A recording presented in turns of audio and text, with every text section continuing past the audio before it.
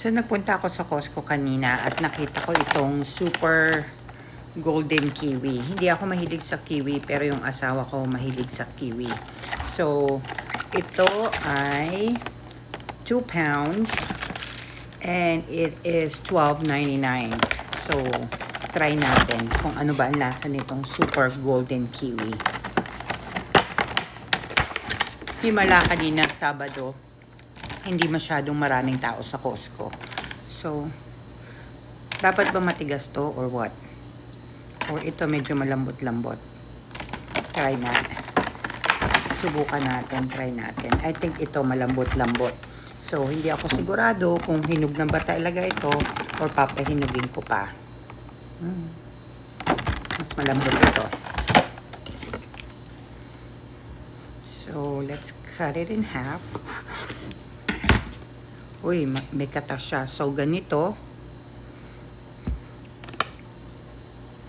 Ayoko ng maasim.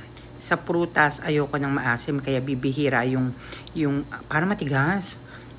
Bibihira yung mga prutas na kinakain ko dito. Yung mangga. At saka yung mga, uy, makatas siya. Kita nyo?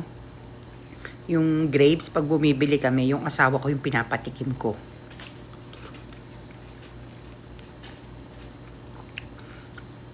Meron siyang konting asim, pero matamis. Baka hindi pa hinog. I don't think this is fully ripe. Pero, masarap siya.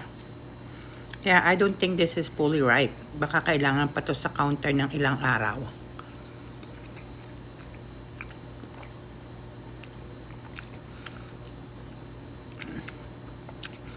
Matamis siya, pero dun sa pahuli, maasim. I think kailangan pa to ng ilang araw sa counter. Tigas pa eh.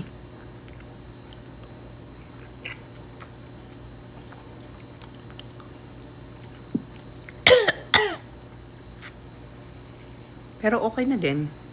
Masarap. I don't think hinog na to. So, maybe 3 or 4 more days, pwede na to. Pero juicy siya. Juicy. First time ko yata kumain ng kiwi. Pero, subukan natin in 4 days kung mag-iiba ang lasa, kung tatamis siya. Kasi parang hindi pa siya masyadong hinog eh.